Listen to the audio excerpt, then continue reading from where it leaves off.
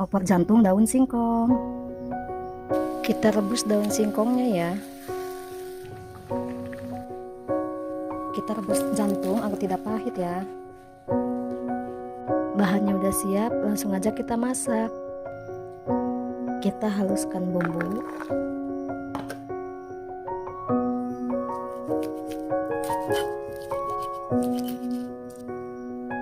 Kita tambahin lada, tambahin ketumbar. Kita tumis bumbu.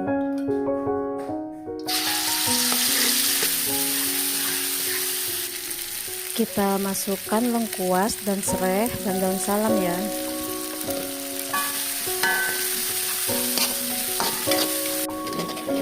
Tambahkan air sedikit ya.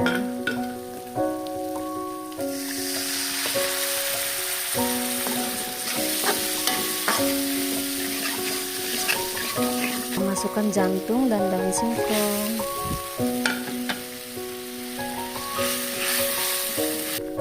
Kita masukkan garam 1,5 sendok teh dan penyedap 1 sendok teh. Masukkan gula ya 1 sendok teh.